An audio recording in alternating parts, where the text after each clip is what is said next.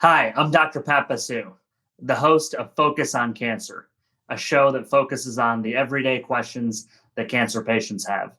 It is a pleasure today for me to welcome the Chief Medical Officer of Cancer Treatment Centers of America, Dr. Julian Schink. Dr. Schink is a world-renowned cancer expert, and it's a delight to have you on the show. Dr. Schink, how are you today? Dr. Basu, thank you for having me. I'm going to slip my mask off, which I wear really all the time that I'm in the hospital. I wear that during these COVID-19 pandemic times to help keep both our patients and our stakeholders safe. So thank you for having me today. So, Dr. Schink, there's been a lot of talk around opening up America and, the milestones, the phases, the guidelines. Can you share with us, as an expert in cancer care, what are the key guidelines or the tenets of opening up America? Well, thank you for asking me that question, because I know there's a great pent-up demand. People are ready to get back to the world that they know and love and the activities that they want to do. The key guidelines in my mind, though, are to continue to practice that which we have learned in the last 8 weeks. Continue our social distancing. That's still relevant. COVID is still out there. It didn't go away. We flattened the curve because we learned about social distancing. Wear a mask when you're out in public. That mask protects you. When I say you, I mean my mask protects you, your mask protects me. So wearing masks decreases the chance of getting COVID or spreading COVID. Do hand hygiene. It is critically important, and it has been shown over and over again that washing your hands as many as 10 times a day can significantly lower your risk of getting this virus. So do those things. And then finally, respect your environment, respect the fact that there are others around you, the groups that you go into, the settings that you put yourself into. The more people that are around, the more risk you have. So is it safe to say that it doesn't have to be one size fits all? It doesn't have to be all or nothing. You can go out as long as you're practicing some of these tenets that you mentioned? Absolutely. And I think they will continue to evolve, and we will continue to learn more and more about what is safe and what isn't safe. And that's the beauty of it. So we continue to get better at this. We continue to figure out how we as a community can do the things that we like to do, and yet keep ourselves and our neighbors safe. So absolutely, it's not one size fits all, and it's not black and white. It's a new world that we're learning to live in, and we can do this. We can succeed at this. What are some of the policies and procedures that you use to keep patients safe? First of all, we've learned a lot about COVID. There's certainly much yet to be learned, but we've learned a lot. And one is you notice that I was wearing this mask when I came up, and so we have learned that wearing masks is a really important component to staying safe. And it not only keeps me safe, it keeps you safe. I wear this mask for you, and you wear your mask for me. And it really works to decrease the chance that I might shed virus to someone around me, someone that I'm seeing or caring for, or someone I care about. And likewise, you wearing a mask decreases the likelihood that I would be receiving virus that you have and didn't know you had. So that's certainly one step. But it's actually, there's really 4 elements to this, and the mask is one. So social distancing helps. Hand hygiene is incredibly important. And whether that hand hygiene is 20 seconds of washing your hands with soap and water, or the use of alcohol products, which are much more abundant now and much more available. That hand hygiene needs to happen many times a day, and certainly after any encounter, close encounter with other people or with potentially contaminated surfaces, although it's the encounters with other people that are certainly most important about that.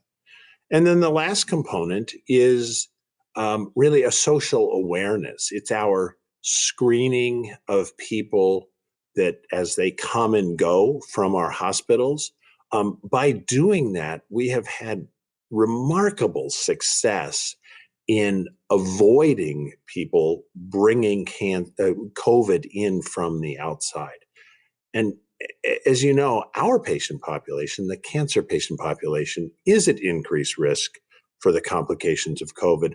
So these safety measures are doubly important to us. Dr. Schink, you mentioned some really important procedures that you've implemented as a medical leader to keep patients safe. Can you talk a bit about the role of testing, both specifically, for cancer patients and at our hospitals, as well as just generally across the country? Absolutely. So testing really falls into two categories. And so the first one is, how do we test people going forward to keep them safe? And what we're doing in that regard, and when I say keeping people safe, I'm talking specifically now about our cancer patients.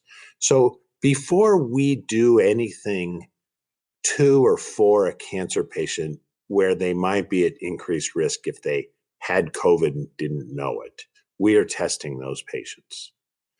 So what do I mean by things where they could get in trouble if they didn't know they had COVID but actually did?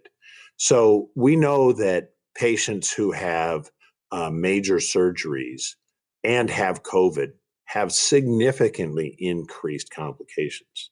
So we're testing those patients before their surgery. We're testing them generally later in the day, right before their surgery, so that we don't have any surprises. Dr. Schink, you and I both used to work for general health systems that had emergency rooms and treated all aspects of disease. Both of us still have many friends who are physicians or leaders of those hospitals. Is there any difference for a cancer patient in terms of going to a cancer specialty hospital like Cancer Treatment Centers of America versus a general health system during this pandemic? So absolutely. I mean, all we do is cancer. Patients with cancer, patients who might have cancer, who need directed screening tests or surgeries to rule out cancer. We are not an acute care hospital where someone with a cough and shortness of breath is going to walk in the door. So we do not have COVID people appearing at our front door. And that really keeps our patients and our caregivers and our stakeholders safer. It makes a huge difference. And it has allowed us, I don't want to say it's business as usual, because it's not. We have all of these new safety measures in place, but we haven't lost a beat when it comes to taking care of cancer patients. We still are. We're full on in business providing cancer care, and we're doing it in an environment where we don't have the noise of COVID within our walls. We have much less risk of somebody having any kind of cross-contamination because the patients just are very unlikely to be here. I have had the privilege, and I know you have too, of speaking to so many patients and cancer patients in a care setting. And the number of patients that I've spoken to with emotional stories of not being able to get their care during these last couple of months here has really been emotional and tragic. And I'm glad that we've been able to help so many of them, but there are just so many more that have had their care disrupted. So let's go back a couple of months ago to some of the earlier guidelines that that were put into place across the country and across states. Some of them, unfortunately, confusing to both patients and even to providers. How did those early guidelines affect cancer patients? Well, sadly, some of them really put a halt on cancer patients receiving the care that they needed or deserved. And that kind of waiting is so painful for patients who either have cancer and know they're waiting, or someone who's concerned they might have cancer. I know you've heard me say before that in my mind, for a cancer patient, waiting is suffering. Waiting for a test result, waiting for a treatment, waiting to know what's going to happen is just so difficult when you know you have a life-threatening illness. And so those early messages of just stop, don't do anything, cancer patients are at huge risk. What they're at huge risk for is cancer. It is true that if a cancer patient gets COVID, the complications are much higher. That said, they still need their treatment. And so it was unfortunate in the early days. Some of those mixed messages were a barrier. We were able to work past those barriers, but it was a bit unfortunate. Thank you for sharing that. Even recently, the American Cancer Society has shared studies that say that maybe half of cancer patients have had significant disruption in their cancer care.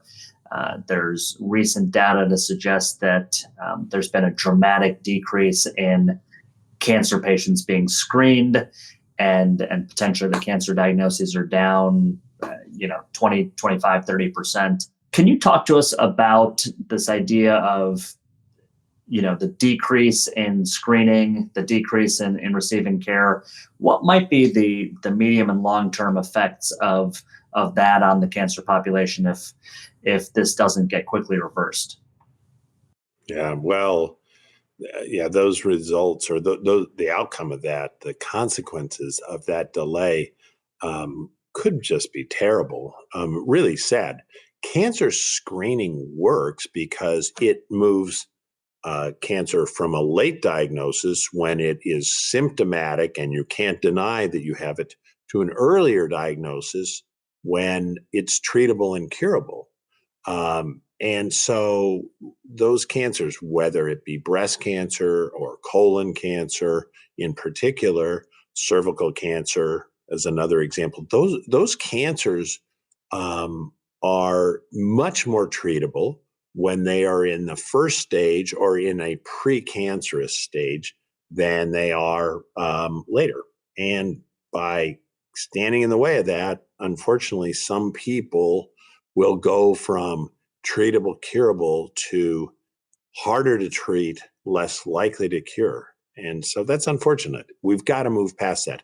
We have to adopt a new normal where we can continue to provide that kind of preventive care in the background of COVID, staying safe, using those safety measures I talked about.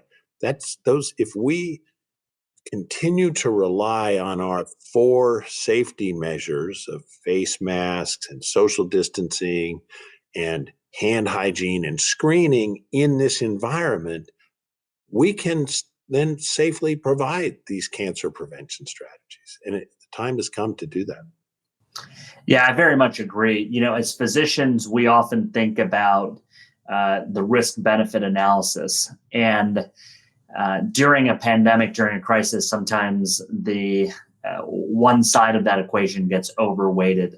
But certainly, cancer is the definition of a very serious, a very life-threatening condition, and one that is incredibly common and far too common, with 1 out of every 3 Americans who are going to be diagnosed with cancer in their lifetime.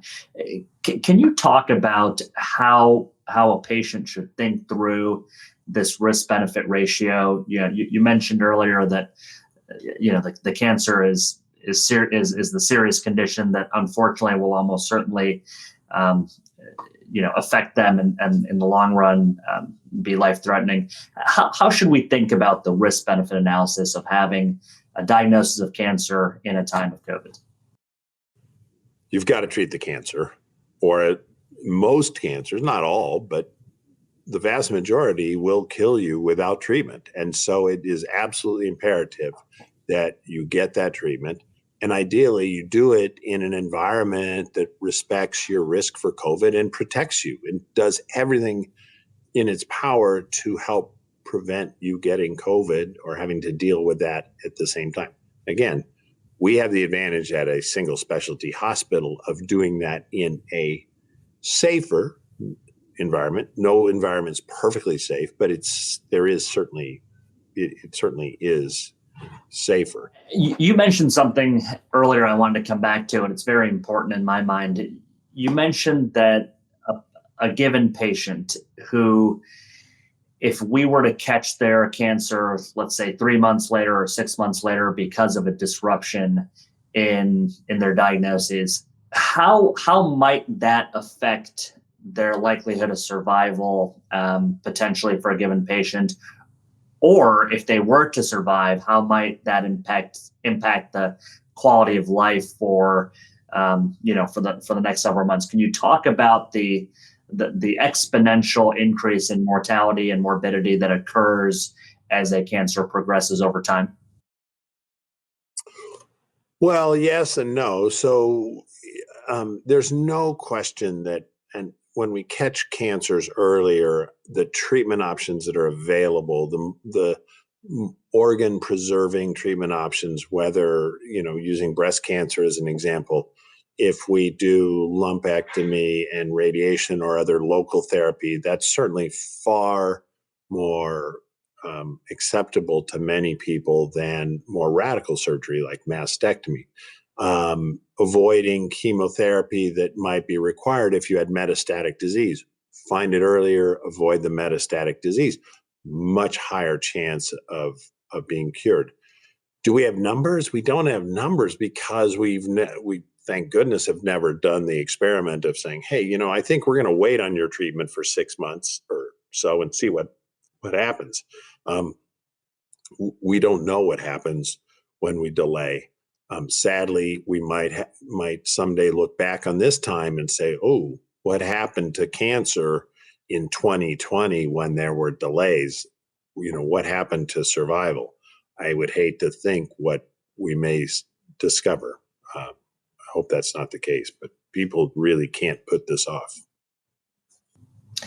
Yeah, I agree with you. It would be tragic if we were to look back a year from now or 3 years from now, and there is some study that shows an increase in cancer mortality due to patients dying from not getting the treatment that they need, and fundamentally, the morbidity would increase too. So, is it safe to say, Dr. Schink, that a given patient who might have been eligible for a lumpectomy, their cancer progressed, they now had to have a bilateral mastectomy, that their recovery would be longer, the likelihood that they might miss important life events, a marriage of a granddaughter, a graduation of a grandson, that even if they were to survive, their morbidity, their quality of life could be decreased if their care is delayed. Yeah, I mean, certainly delaying care is going to increase all of those factors, the social disruption as well as the medical consequences. Now, having said that, I don't think that, fortunately, at this time, that the 8 weeks of delay are going to have those dramatic results or consequences. The story is, if we don't get back to business quickly and soon, then those will begin to mount. That's the real challenge that we face. Now, having said that, as you know, people don't usually start their journey with an oncologist, right? They start their journey by going to see their primary care doctor or someone who says, gee, I found a problem, or going for their screening mammogram or screening colonoscopy. And so we need society to get back to that sense of normal as well. Now, I will say primary care doctors are ramping up and they're doing their telehealth, and they're really getting a lot smarter about that. In the process of doing that, they can't, obviously, we can't have them neglecting cancer screening, nor do we want them to postpone any of the diagnostic tests that might be necessary to identify cancer. Because as you know, screening is one part, but responding to a patient's symptoms and ordering the workup is the other part of making a cancer diagnosis. And we can't let that wait either. In other words, what you're saying is so many cancers are detected indirectly, or because they went to a primary care physician or a physician of another sort, a dermatologist, a gastroenterologist, et cetera, with symptoms or maybe an incidental finding that led to their diagnosis of cancer. So if patients are putting off other medical care or the treatment of generalized symptoms, it's possible that could lead to a delay in their diagnosis and a delay in their treatment. Yeah, absolutely. And sadly, I know that patients are worried about seeking out health care with their primary care providers and others. I mean, I spoke with my father yesterday, who is putting off going to see his primary care doctor because he doesn't want to go into an office. And I said, well, do a telehealth visit. But if you're having symptoms, you got to talk to your doctor about it. So as you know, there are symptoms of cancer that people need to be aware of, and they need to respond to, whether that symptom is, bright red blood in your stool, or it's new shortness of breath, new abdominal pain that wasn't there before, a mass that you feel that you didn't feel before. These are all signs or symptoms of cancer that people can't suppress or put off because of the threat of COVID. We've got to respect those symptoms, and people do. But it's time to say, okay, I'm going to go see my doctor. Dr. Schink, you've done a lot of work in the areas of risk assessment and risk stratification. The idea that different patients obviously have different risk factors for getting a disease. In the context of cancer on one hand and COVID on the other, just for the general patient, can you give us some guidelines in terms of how one might think about if they don't have an active diagnosis of either disease? They don't have an active diagnosis of cancer, they don't have an active diagnosis of COVID. In those camps, how might a patient think about assessing their risk? Let's start with cancer. Right. Well, so we certainly know that 1 in 3 Americans will develop cancer in their lifetime. We've got to acknowledge that and respect that. That is that's a fact that's life-threatening, because if you ignore it, it can kill you. There are screening tests to help lower the risk of dying from skin cancer with skin surveillance. Those skin cancers include squamous cancers and melanoma, but they require an exam by a professional who's directed that way. We can significantly lower the chance of dying of breast cancer with appropriate breast exam and mammography. Even greater impact on lowering the risk of colon cancer with colonoscopy, or with testing with things like Cologuard. Either of those is appropriate for colon cancer screening. Cervical cancer, as you may know, 50 years ago, before pap smears, more than 50 or 60 years ago now, before pap smears, was the second most common cause of death in America for women in America, cancer death for women. And that has fallen way down the list because pap smear screening prevents cervical cancer death. But you got to get a pap smear to do that. So all of those risks are real, and they haven't stopped for COVID. People have to continue to pursue that screening. We can prevent those cancers in particular. That's very helpful.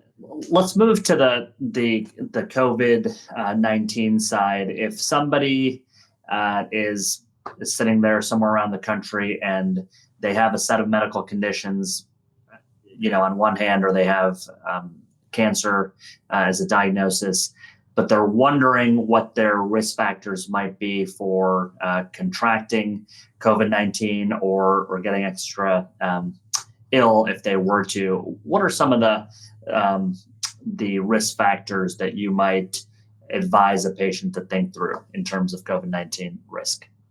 Well, so there's the risk of getting COVID, and then there's the risk of having life-threatening complications from COVID, right? And so the risk of getting COVID certainly is related, most importantly, by your social interactions. So your ability or inability to do social distancing. How concentrated is your housing situation? Are you with people? Can you stay relatively isolated with just those people who and who are not going out too much into the general public versus people who are out in public and have lots of exposure. So that is the risk factor of getting COVID. We also know, though, that younger people appear to be at somewhat less risk both of getting COVID, really young. Now I'm talking about kids, under age 18, seem to be at less risk of getting it and much less risk of having serious consequences from it. On the other end of the spectrum, as we age or have comorbidities, our risk of life-threatening complications goes up. So when I say comorbidities, that's a word, it's a medical word for saying what else is wrong with you medically. If you have diabetes, if you have high blood pressure, if you have heart disease, especially heart failure, if you have asthma, chronic obstructive pulmonary disease, which probably means you smoked too much earlier in life, those people have a lot more consequences if they get COVID, and it's a much more life-threatening illness. Cancer is on that list. It's not, it can be high on the list. It doesn't have to be high on the list. I get upset when they generalize and say, oh, you're a cancer patient, you're at horribly high risk. That actually isn't quite true. Some cancer patients whose immune system has been impaired either by their cancer or their cancer treatment are at higher risk. Others, if their cancer is gone and it was possibly treated surgically and had no impact on their immune system, really aren't at that much higher risk. That's a very helpful point, Dr. Schink. So in other words, what you're saying is that the type of cancer that you may have had, as well as the type of treatment that you may have had, a patient should not really think of their COVID risk as just being cancer or not, but really the risk might be different for lung cancer versus ovarian cancer versus prostate cancer. And furthermore, it might be different if you had surgery alone versus chemotherapy. Is that what you're telling our viewers and listeners? Yeah, absolutely. If you had breast cancer 10 years ago that was treated with surgery and maybe some radiation or maybe not, and you've been fine for 10 years, your risk complications of COVID aren't any different than someone who's your age. On the other hand, if you had an acute leukemia and were on significant chemotherapy for months and then had a bone marrow transplant and you're just finished all that treatment 6 months ago, your immune system has not fully recovered and you are definitely at much higher risk. So those are two ends of the spectrum, and people sort of layer out in between. I don't want anyone to be cavalier about COVID, don't get me wrong. But I also don't want people to be paralyzed to think that they're prisoners in this world just because cancer crossed their path at some time in their life. That's extremely helpful. You've taken care of so many cancer patients over the years, and certainly you've taken care of many over the last couple of months. Before we move officially to many of the direct questions we've received from patients, can you just share some advice that you would have, what's the one piece of advice that you might share for a cancer patient during this time? Well, it goes back to the things that I mentioned at the top of this show, which is by combining these protective measures, wearing a mask, social distancing, hand hygiene in particular, and then finally paying attention to symptoms that either you or someone that's close to you, someone that you're interacting with, have. If you use those tools, pay attention to them, we can come out of this okay. You can protect yourself, and that's the key. You can keep yourself safe. Now, I don't want people to say, "Oh my God, I got COVID. It's my fault." That's not true either. None of us have complete control of our environment, and I don't want people to feel like I victim shame them if they got COVID. It wasn't their fault, but there are things you can do to lower your risk, and I think that's really important. Dr. Schink, as Chief Medical Officer, you've already led the practice of, the safest and high quality medicine before the COVID pandemic. You've done an exceptional job keeping patients cared for and safe during the pandemic. And now, as we enter this Open Up America phase, given your expertise and your incredible success in doing this, what advice do you have for other providers or hospitals as they enter the Open Up America phase? As you know, at Cancer Treatment Centers of America, we were never closed. We've been open for business all along, and that gives us the advantage of knowing what works. And what are those things? A single point of entry where patients and the caregivers who come with them are rigorously screened for signs and symptoms of COVID, and a temperature is taken. Masking for our patients and their caregivers, as well as masking for our stakeholders, those people on our side. So two-way masking, those things significantly reduce the risk.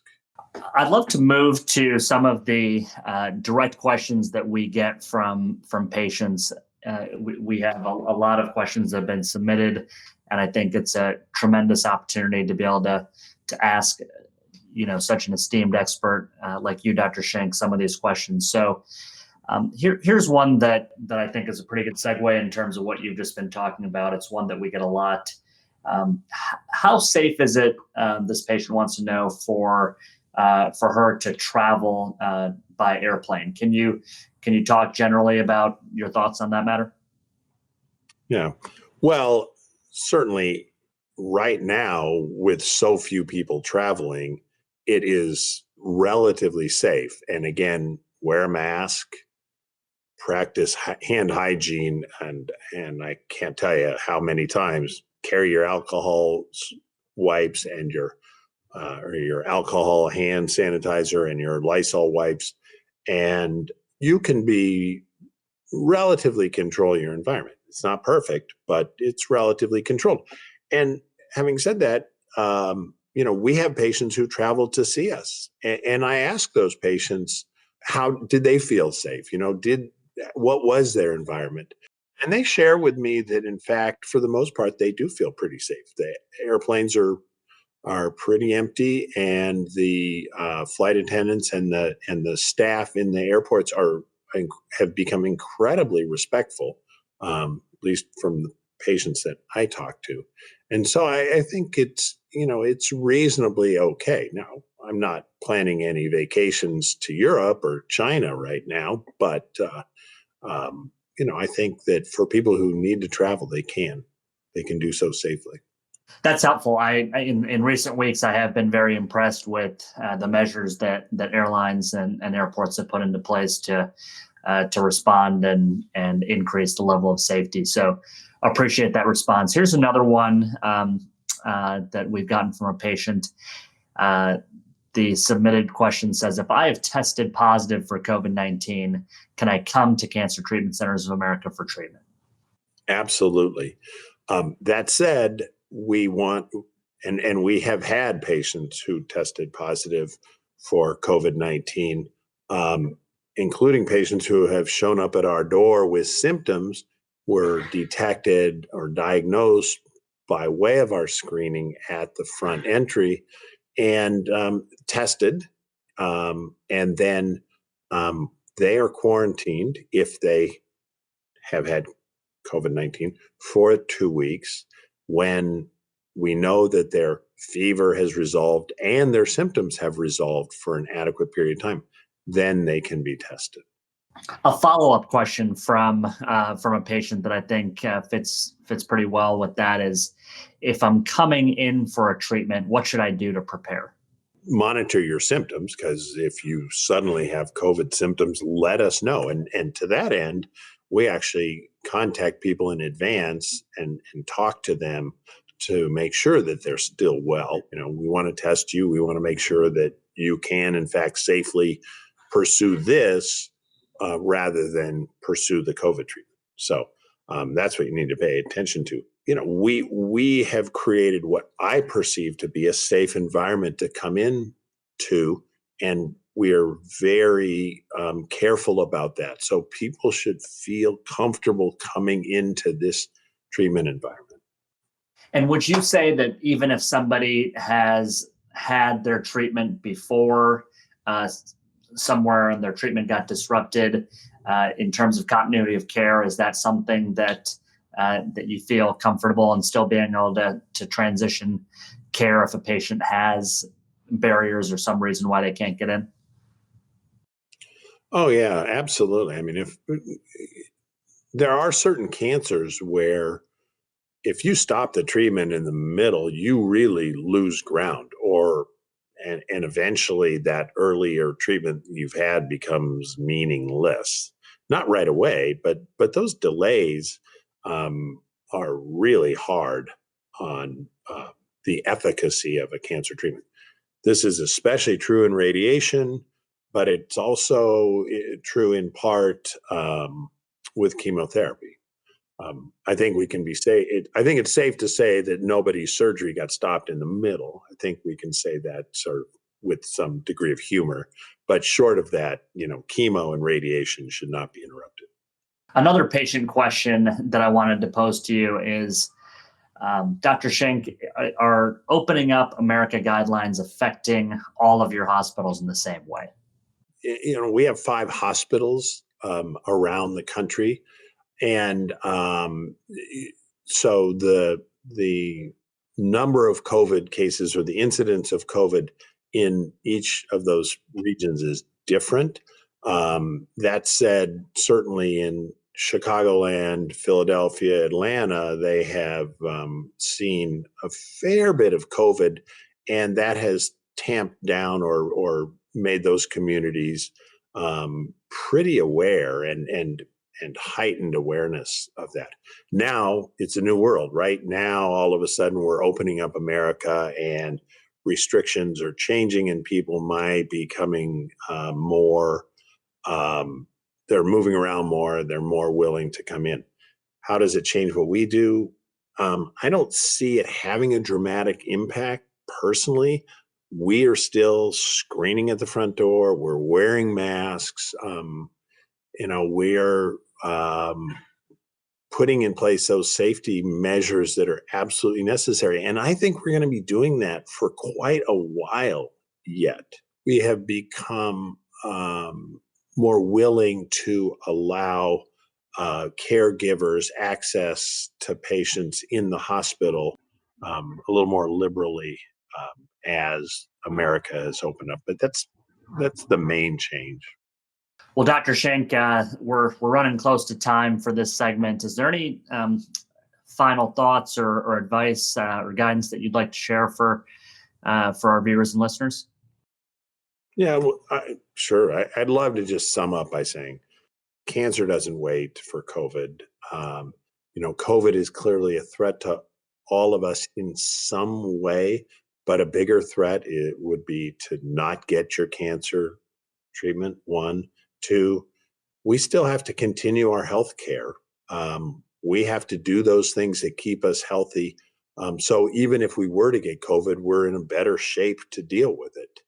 Waiting for cancer treatment really causes suffering for the patient, causes suffering for the patient's family. We have to do everything in our power to continue to treat people the way they deserve to be treated. And then finally, and I've said it many times in this show, but it can't be said enough, wear masks. It's not a sign of shame. It's my mask protects you. Your mask protects me. Continue to do social distancing. Any distance helps. 6 feet's better than 3 feet, but any distance helps. Hand hygiene, hand hygiene, hand hygiene, and avoid those social situations that might put you at risk. Too many people, whether it's too many people in an elevator, too many people in some closed space. If you can avoid that, you're going to be better off. I just want to thank you so much for taking the time today to spend with me answering these questions for our listeners. I know so many valuable insights and a lot of great advice. Well, thank you for having me. Certainly my pleasure.